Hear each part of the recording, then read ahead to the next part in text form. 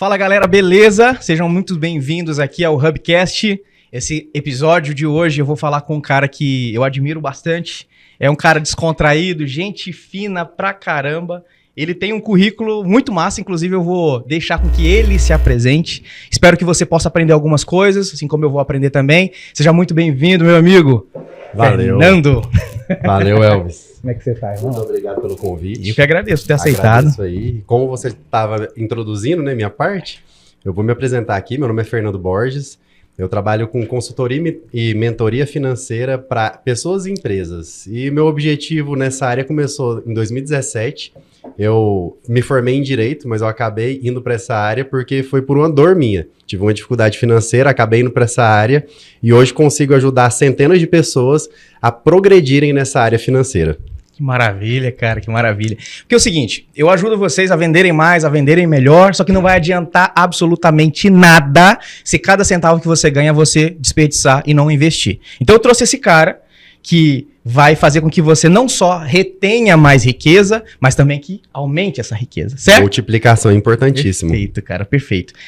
Mas como é que você caiu nessa questão? Você comentou aí agora que foi uma necessidade que você passou. Inclusive, você até colocou nesses últimos status seu lá no Instagram, você compartilha com a galera, que você passou por uma fase que você ganhava um salário legal, mas que não sobrava dinheiro e ainda ficou preso aí num crédito especial. Como é que é isso? Cara, eu me casei em 2018 e com questões de casamento, são várias despesas que a gente acaba arcando e eu naquela época não estava preparado para ter uma vida assim com minha esposa e dar conta de toda a parte financeira. Então logo que a gente casou eu já fiquei no vermelho. Putz. E aquilo me preocupou, eu pensei, cara, eu preciso sair disso. Só que como o volume de compromisso financeiro que eu fiz era muito grande e a minha capacidade financeira de gerar renda não era tão alta na época, eu fui ficando no vermelho no primeiro mês, no segundo mês, no terceiro mês, aí eu me preocupei porque eu não conseguia dormir, cara. Então, assim, foi um momento terrível na minha vida e eu percebi que eu precisava melhorar nessa parte. E eu pensei, cara, eu preciso entender o que eu preciso ajustar, isso nunca tinha acontecido na minha vida e eu precisei ir atrás disso. Comecei a estudar sobre finanças. E em questão de um mês, aplicando esse método de forma correta, né, tudo que eu aprendi, aplicando isso, eu já consegui sair de uma dívida de quase 10 mil reais na época. Em um mês? Em um mês. Caraca. E aí, assim, é claro, isso envolveu criar novas fontes de renda, começar a multiplicar um pouco mais meu dinheiro e conseguir negociar e pagar todas as dívidas que eu tinha. E a partir desse momento eu percebi o poder disso, eu falei, cara, eu preciso me aprofundar. Comecei a estudar sobre investimentos. Alguns meses depois, vendi meu carro, investi tudo isso. Pensei, se isso me fizer falta ali daqui a algum tempo, eu pego esse dinheiro investido, né? Não tá investido, exatamente. E aí eu acabei investindo, vi que deu retornos maravilhosos e fui investindo. E aí eu fiz um compromisso comigo mesmo, que até hoje eu tenho esse compromisso. Toda renda que entrar para mim, 30% é para investimentos. E eu venho fazendo isso desde 2018 e eu consegui acumular um patrimônio aí, assim, que eu não imaginava na época, né? Então, foi a partir dessa dor que toda a jornada começou. Que maravilha, cara. Assim, a boa parte dos empreendedores, e eu falo por mim mesmo, tiveram uma diferença, né? O antes e o depois de ler Pai Rico, Pai Pobre. Né? É o divisor de águas para muita gente. Pai Rico, Pai Pobre fala diferenciar em um ativo de um passivo, né? E eu quero que você explique para a galera, porque tem muita gente que não leu ainda, que não entendeu esse conceito, e explicasse o que é um ativo, o que é um passivo, e falasse para as pessoas, para elas verem isso na realidade. O que você era um cara que estava endividado, pouco tempo depois estruturou uma estratégia e tudo mais, saiu do vermelho, e hoje quanto por cento da tua renda vem de passivo? Sim. De ativo, né, no caso. Bom, vamos falar da diferença, de uma forma muito simples, a diferença entre um e outro. Porque a maioria das pessoas, elas pensam assim, um ativo é aquilo que agrega no meu patrimônio. Então, um carro é ativo, uma casa que eu tenho é ativo, só que não é assim. Ativo é tudo aquilo que coloca dinheiro no seu bolso. Passivo é aquilo que tira dinheiro do seu bolso com o passar do tempo. Então, se você tem um apartamento ou uma casa que você mora nela, você paga IPTU, você tem despesas com manutenção, eventualmente um condomínio. Essas despesas estão tirando dinheiro de você. Logo, isso é um passivo. Agora, se você tem um apartamento, a mesma coisa, o mesmo apartamento, só que esse apartamento está alugado, ele está colocando dinheiro no seu bolso. Isso é um ativo. Então, essa diferença é muito importante, porque o que a gente quer pensando em finanças? Que à medida que o tempo passe, mais dinheiro vai entrando no seu bolso. De preferência sem trabalhar. Essa é a grande mágica da coisa. É o rolê, né? Então, assim, a ideia é essa. E quando eu entendi essa diferença, eu pensei, eu vou abrir mão dos passivos e vou concentrar nos ativos. Então, eu comecei a investir em ações, fundos imobiliários, tudo aquilo que iria me gerar uma renda à medida que o tempo passasse. Cara, assim, como empresário, e provavelmente a dúvida da galera essa linha é muito tênue, quando, por exemplo, eu já escutei de empresários falando, não, mas o carro que eu comprei para o meu funcionário trabalhar é um ativo porque ele me traz riqueza, né? Senão ele não consegue trabalhar, as ferramentas e tal. Como é que eu consigo diferenciar isso? Porque para ficar claro para esse cara que tá vendo ali, que às vezes ele tá vendo o carro que ele comprou para a empresa, a reforma na estrutura da empresa, o equipamento novo. Quando isso se torna um ativo e quando ele é um passivo de fato, que às vezes está camuflado. O cara acha que está fazendo e é certo, está fazendo errado. Como é que é isso? Dentro de uma empresa tem uma diferenciação que acaba sendo mais eficiente que essa diferenciação de ativo e passivo. Dentro da empresa a gente tem uma diferença entre custo e despesa em relação a isso que você falou. Custo é aquilo que você vai colocar um dinheiro e vai te gerar um retorno financeiro. Ou seja, vamos supor que você preste um serviço que demande uma atuação por meio da internet.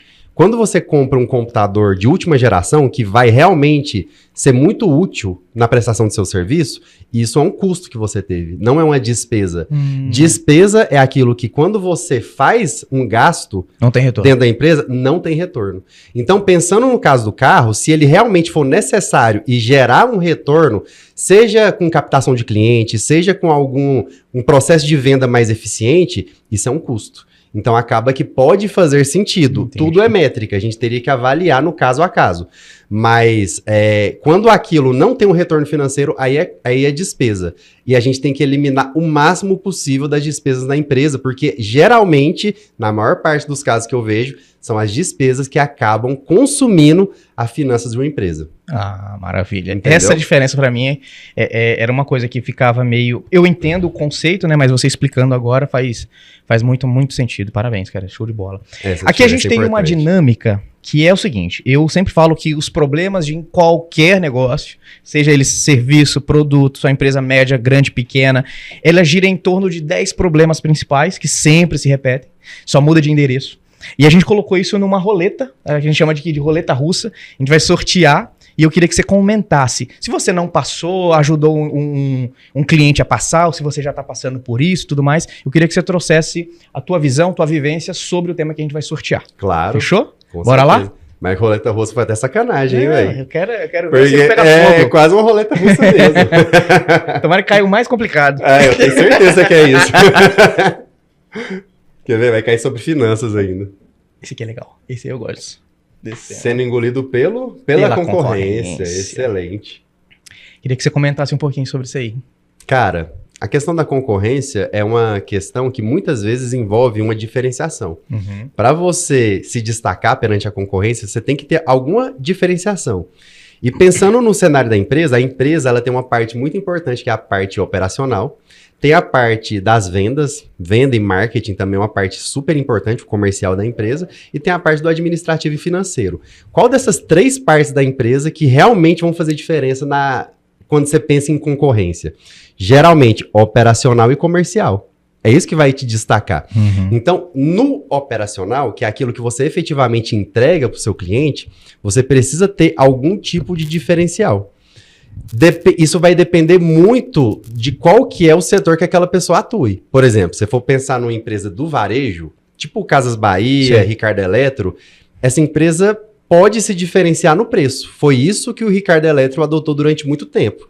A diferenciação pelo preço. Só que isso é uma coisa muito custosa. Isso custa até a saúde da pessoa, porque se você se diferencia no preço, você tem que vender demais para você ter um retorno minimamente aceitável, porque sua margem de lucro vai lá embaixo. Eu não gosto desse formato. Não acho não é saudável esse mesmo. formato. Então, o que eu penso que é a melhor diferenciação? É quando você agrega valor.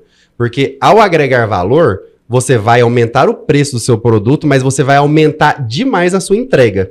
O cliente, quando ele receber aquilo que você está oferecendo, ele vai se sentir muito grato. A gente pode pegar um exemplo disso, por exemplo. A Apple é uma empresa que todo mundo, é muito comum, né? É muito desejado o produto que eles vendem. Sim. O iPhone, o iMac, são produtos muito desejáveis. Qual que é o principal diferencial dos produtos da Apple? É claro que ela gera um destaque, não porque o produto dela não é só o produto dela. Ela vende um estilo de vida. Sim. Ela vende um status também. Com certeza. Então tem tudo isso, né? Agora, você consegue observar no produto dela que ela agrega muito valor.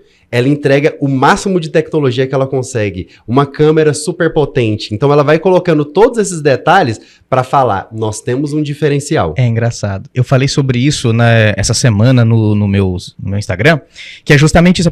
A pessoa perguntou, como é que eu faço para que o cliente veja valor no meu serviço, no meu produto? E eu falei algo bem parecido, só que de uma forma bem resumida, né? Saiba identificar as dores e coloque os benefícios do teu produto ali para falar com esse cliente, tipo, você tem esse problema, eu tenho essa solução, e ancore tudo isso aonde? Nos teus diferenciais. Uhum. Porque é o que a Apple faz, eu não faço telefone, eu não faço tecnologia, eu te vendo um lifestyle, eu te vendo um desejo, eu acredito muito nessa questão, ou você compra, você que tá aí do outro lado, você vai comprar ou por medo ou por desejo, meu amigo. Ou você quer resolver alguma coisa, você tá ambiciando alguma coisa, você deseja alguma coisa. Então, assim, é muito comum que algumas empresas se posicionem no outro lado.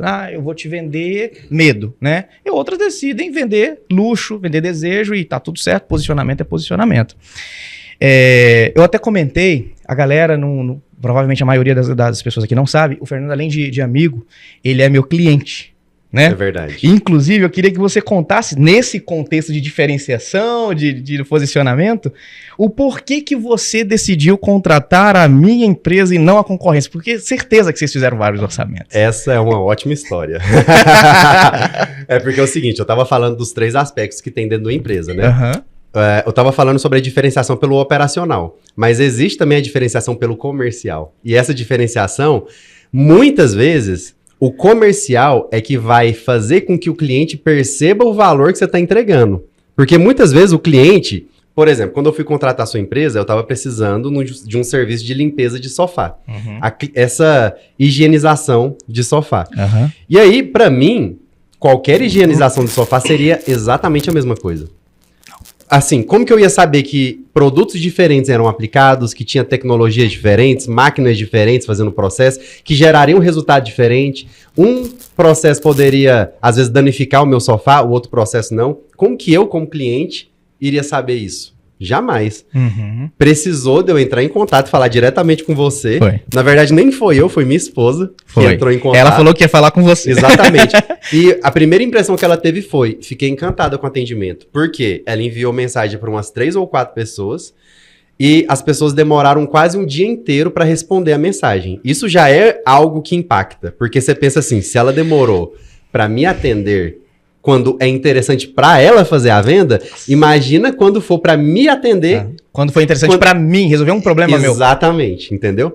Então, isso aí já gera um primeiro ponto negativo. Uhum. Segundo, quando eu fui atendido por essas outras empresas, ela acabou, tipo assim, as respostas foram muito evasivas e genéricas. Tipo assim, fazemos, o preço é tal. Tipo, ninguém explicou pra gente que existia um processo feito por trás, que existia materiais específicos para fazer aquele tipo de atividade. E você foi a pessoa que chegou falando a respeito disso. Uhum. Então, esse atendimento diferencial, que aí sim compete ao marketing abrir a mente do cliente, né, para fazer com que ele perceba esse valor, isso faz toda a diferença. Porque na hora que você vai fazer o serviço, o cliente, ele já olha com bons olhos aquilo, que ele pensa assim, cara, ele me atendeu bem, ele me explicou o diferencial do produto, da forma que ele faz, o que ele faz. Então, quando eu vejo você executando o serviço, eu penso, eu tô fazendo o melhor pelo meu sofá, não só pelo meu sofá, pela minha família, porque, como você mesmo me explicou na época, tem uma questão de alergia, tem uma questão de doenças que podem ser proliferadas com a sujeira, né, do sofá. Então, eu tô protegendo minha família de uma certa forma. Então, você começa a abrir sua mente pensando assim, eu tô fazendo o melhor investimento. Sendo que, se ninguém tivesse me explicado isso, eu pensaria, isso aqui é uma despesa, não tem retorno. É uma das coisas que eu sempre gosto de frisar e reforçar. Cara, se você, dependendo do serviço ou do produto que você vende, se você não se preocupa com o atendimento, com o encantamento do cliente, você está vendendo commodity. E a galera vai comparar preço.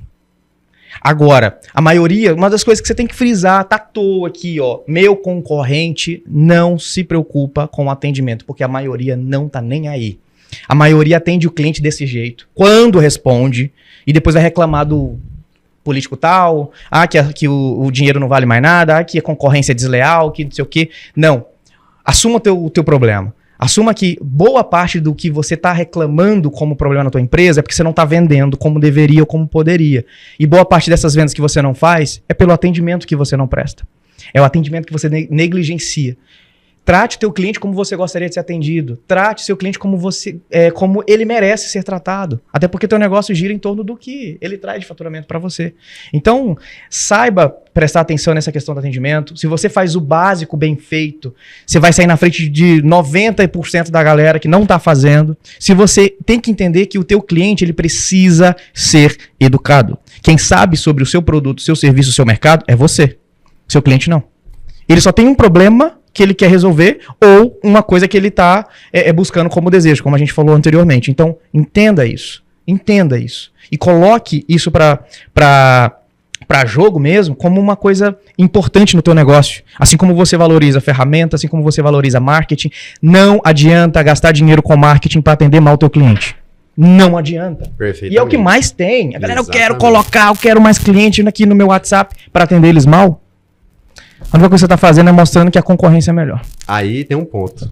Você tem esse gasto com marketing, ao invés dele ser um custo, que vai gerar uma despesa. Dinheiro, ele se torna despesa. Tá, aí, ó. Entendeu? Tá vendo aí o absurdo? Isso é terrível para a empresa, porque você vai ter um gasto que não gera retorno. Da mesma forma, investimento em maquinário, por exemplo. Em maquinário, em profissionais bem treinados que vão executar o serviço operacional. De que adianta ter esse pessoal todo treinado, o melhor maquinário, se você não entrega o valor para o seu cliente, se você não educa o cliente? Não adianta absolutamente nada. Se torna um custo. Com certeza. Na verdade, se torna uma despesa ao invés de ser um custo. E eu vejo isso como um investimento, um custo, a questão da despesa. Porque, por exemplo, vocês já contrataram o nosso serviço quantas vezes? Pelo menos umas 5. Pelo menos umas 5 vezes? Pelo menos. Tá. Já contrataram a gente 5 vezes. Eu gastei naquela época algo em torno de 3, 4 reais para que vocês clicassem e viessem falar comigo. Uhum. Então eu gastei isso uma única vez e o relacionamento ao longo do tempo me trouxe 5 vendas de vocês que não... Galera, é um ticket massa, viu? Não é uma coisinha de 29 reais, não. É realmente tem um valor agregado. E eu gastei uma única vez com a atração. Sabe? E a galera tá do outro lado gastando 50, 100, 200 reais por dia e vende pouco por causa disso. O dinheiro de vocês está indo para clique, sendo que deveria estar no tempo que o cliente passa com a tua empresa. Tem quantos anos? Tem anos que vocês são cliente meu na Lestofados? Exatamente. E eu tenho certeza que vocês não vão querer deixar trocar por agora, né? Não mesmo. Então pronto. Mas o ponto também é o seguinte, tipo assim... você gastou aquele dinheiro para que eu entrasse e fizesse o primeiro atendimento com você. Uhum. Só que o atendimento foi o diferencial para que eu continuasse. E o que isso custou para você? Poucos minutos do seu tempo. Custou tempo. Então, poucos minutos.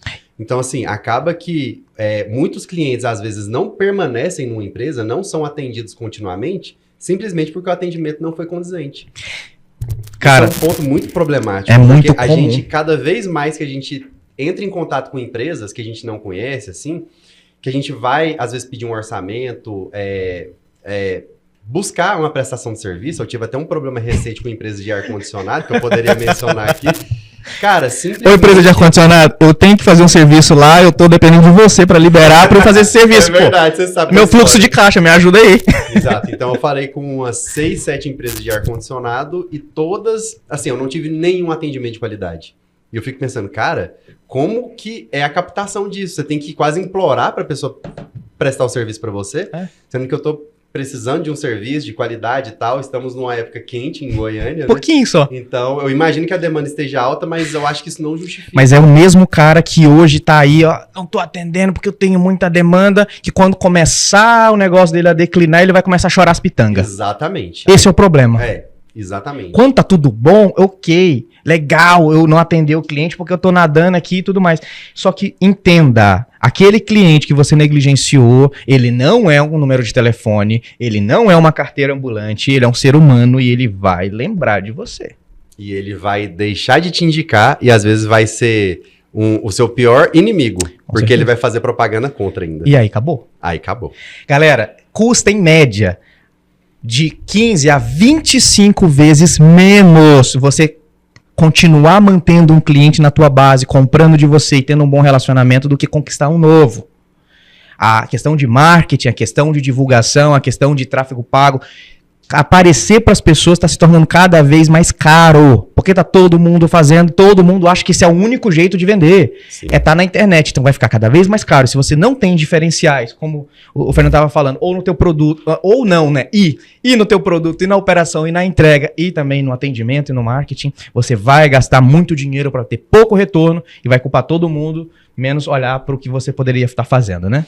E eu ainda vejo que o melhor marketing é o boca a boca, porque por mais que o marketing possa te gerar realmente um alcance, uma exposição muito grande, muitas vezes quando você entrega algo de qualidade, você acaba falando para um amigo, fala para um conhecido seu. Eu já passei a acompanhar o conteúdo de várias pessoas, por exemplo, que eu não fui atingido patrocinado pelo marketing daquela pessoa. Simplesmente um amigo meu falou, cara, você conhece fulano de tal?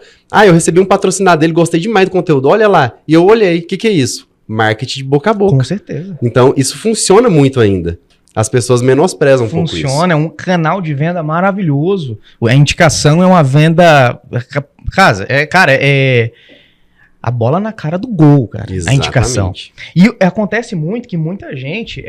eu vendo de indicação, eu acho muito massa. Só que não fomenta isso. Né? Não faz com que... Não traciona, né, de nenhuma forma. E é uma das coisas que eu sempre tento levar para os meus clientes, que pós-venda é para vender, não é para pegar feedback somente. NPS, né, você fazer uma pesquisa de satisfação, não é só para ficar bonitinho, para você colocar lá nas redes sociais, nossa, meu produto é 5 estrelas no Google. Todo contato que você puder ter com seus clientes, seja para agregar valor. Como é que você agrega valor? Ou colocando um conteúdo, ou vindo com uma oferta. Oferta agrega valor. Quando eu viro pro Fernando e falo, olha, você comprou da gente tem 2 meses, o que você acha de aproveitar, porque tempo tá seco, tá não sei o que, tá lá, 30% de desconto para essa semana. Eu tô aumentando meu caixa, com o mesmo cliente que já tá na minha base há um tempo, melhorando o meu relacionamento, porque quando eu faço isso, eu tô conversando com ele, eu tô ouvindo ele falar, coisas que a maioria não faz. O que faz? O que é relacionamento para a maioria da galera? Compra aqui, promoção. Aí daqui 15 dias, promoção. Oferta imperdível. Black Fraud. Ah, meu irmão, não, pelo amor de Deus. Isso é muito genérico. É uma forma de anúncio muito genérica. Cara, não conecta. Você não conecta e você só vai pegar a galera que já tá quente. Eu não concordo com empresa nenhuma viver de quem quer comprar. Eu concordo em faça com que a pessoa queira comprar. Claro, venda para aquela galera que já quer chegar comprando. Massa, legal, precisamos desse dinheiro, desse faturamento, mas o dinheiro tá no acompanhamento, o dinheiro tá na base, que a gente não se relaciona, não comunica, não pergunta, não tá ali. Perfeito. E aí, quando a pessoa precisa, vai procurar outro. O ponto é que o processo de venda é um processo ativo, né? Por exemplo, quando você está falando que quando você vende, a empresa vende só quando o cliente vai atrás, isso não é uma venda. Não. Ele só está entregando... Tirando o pedido. Tirando o pedido, exatamente. Agora, quando você vende, você realmente convence, você entende a dor do seu cliente, você sabe o que ele está buscando e a partir disso você gera a solução. Justo. E aí sim você consegue fazer um processo de venda ativo. E isso falta muito nas empresas. É diferente, a galera ela confunde tirar pedido, entregar o que o cliente pediu, do que vender. Vender realmente mostrar soluções para problemas que às vezes nem foram identificados. Sabe?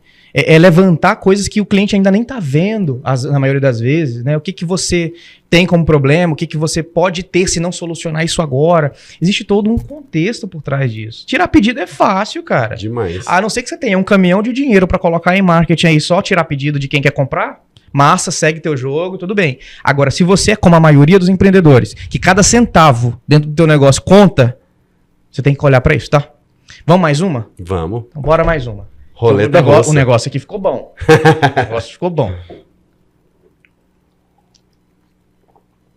Vamos ver se agora Vai ser daquelas boas. Vai vir pedrada. Vai vir pedrada. Tem que vir pedrada. Ah, claro, né? Senão não tem nem graça. Eu te trouxe aqui pra ficar contando lorota, pô. Ó, passou. Não se posicionar no mercado. Esse não foi o que a gente acabou de sortear? Não, cara, a gente falou de engolindo concorrência. pela concorrência. É. E uma coisa puxa a outra, Puxa, né? totalmente. Mas comenta aí. Totalmente interligado. Eu queria que você falasse também como é que você fez pra se posicionar. Porque tem muita gente. Como é que você vai competir com o Thiago Nigro falando de finança? Exatamente. Como é que faz? Cara, posicionamento ele tem muito a ver com o público que você quer alcançar, né? Uhum. Então, o posicionamento acaba sendo uma das formas de você gerar um branding. O que é branding? É o valor que sua marca gera. É aquilo que sua marca expõe para o mundo. Uhum. Por exemplo, você pensa numa marca como Balenciaga, ela gera um tipo de imagem, um tipo de ideia. Agora, se você pensa uma marca como a Nike, ela gera uma ideia totalmente diferente. Então, essa ideia que a marca passa acaba sendo um valor que os clientes dela adotam e valorizam. Exatamente. Então, isso aí é o posicionamento. Você vai gerar um posicionamento porque aquilo vai ficar correlacionado à sua marca. Uhum. E, consequentemente, vai servir como seu branding. E o branding, ele tem um valor agregado.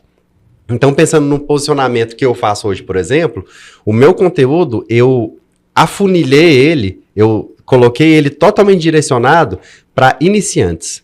Então, pessoas e empresas que são leigos, não sabem muito sobre finanças, têm as suas finanças pessoais e empresariais, tudo com desorganização, às vezes com dívidas, sem reserva, já passaram por problemas anteriores e não conseguiram fazer os ajustes necessários. Esse é o meu público. Então, eu converso com essas pessoas. Então, eu percebo que para conversar com essas pessoas, eu preciso utilizar uma linguagem mais simples, né? Agora, o Thiago Nigro, como ele já atingiu um aspecto muito alto do mercado, ele é talvez um dos maiores players de finanças do mundo. Uhum. Então, ele realmente consegue conversar com mais pessoas. Ele consegue conversar com grande e, às vezes, com pequeno. Vai ter pessoas que são grandes e vão se identificar, vai ter pequenos também que vão se identificar, agora vão ter pessoas que não vão se identificar. Até mesmo porque eu vejo que tem pessoas que têm bloqueios emocionais e crenças limitantes. Vai falar, não, esse cara aí, eu não acredito que ele veio do nada. Eu não acredito que ele era garçom, por exemplo. Ele deve ter alguma coisa que ele não tá contando pra mim. Então as pessoas, às vezes, o simples sucesso da pessoa afasta. Isso é terrível, né? Mas é uma realidade. Então, conectar com as pessoas que às vezes têm esse tipo de problema, esse tipo de mentalidade e gerar uma transformação, né, na pessoa, vai gerar novos resultados. E esses resultados às vezes, o que está faltando para ela explodir na vida e prosperar de verdade. Então, você acredita naquele conceito de o nicho te protege? Cara, depende. Mas, assim, pode ser que sim. No caso do nicho das finanças, eu vejo que há uma competição muito grande dentro do nicho, né? De modo que eu acho que o que protege de verdade é o seu posicionamento, não necessariamente o nicho. O posicionamento, porque se você tenta conversar com todo mundo, no final das contas você não conversa com ninguém. Então eu acho que é o posicionamento que faz toda essa diferença. Posicionamento é rei. Posicionamento é rei. Com certeza. É engraçado essa questão de posicionamento. Tem até uma história que aconteceu essa semana, a semana passada. Que é o seguinte, nós fomos atender uma família que eu não posso citar aqui, porque ela é uma família extremamente importante. E uma das coisas que a gente fez no pós-venda foi perguntar, né? Fazer pesquisa de satisfação, como a gente sempre faz. E eles disseram, muito obrigado pela discrição de vocês. Muito obrigado, porque a gente valoriza muito isso, a gente é muito assediado, a gente tem que andar com segurança. Então, isso que você trouxe pra gente é maravilhoso, a gente valoriza muito isso. Como é que eu sei disso? Geralmente, a galera que tá no outro patamar financeiro, eles... Não é isso que vocês estão vendo de estrelas, celebridades, não é, cara. Quem tem dinheiro, empresários e tudo mais, eles gostam de ficar mais na deles, eles gostam de ser mais reclusos e tudo mais. E é uma das coisas que a gente já tinha mapeado há muito tempo. A galera do alto padrão, que é um dos nossos clientes, uma das nossas personas dentro da Lestofados, a gente sempre prioriza não só a questão do encantamento, né, de explicar para a pessoa que é diferente e tudo mais, mas a gente também traz alguns traços, né? Se a gente vê que a pessoa ela é uma pessoa que prioriza o luxo, ok, vamos te vender isso aí. Se a pessoa, ela é daquela que fala, olha, eu prefiro discrição, eu gosto de ser tratado assim, mas eu não quero holofote e tudo mais. Então, eu acredito muito nessa questão dessa personalização, essa questão de saber exatamente com quem você está falando, que é a questão do posicionamento, e isso vai te trazer bons frutos, né? Porque é aquele negócio que você falou, quem está falando com todo mundo, não está falando com ninguém, e quando você fala para aquela pessoa, daquele jeito que ela entende, com aquelas dores que ela tem, você se torna uma autoridade para essa pessoa, se torna uma referência, né? E acaba que, independente se tem empresa maior, se tem Thiago Negro, se tem... Não interessa. A pessoa se conectou com você e ela vai comprar de você, né? Porque no final das contas a gente compra de pessoas e a gente compra de quem a gente confia. Exatamente. Né? No fundo, quem não se posiciona não impressiona.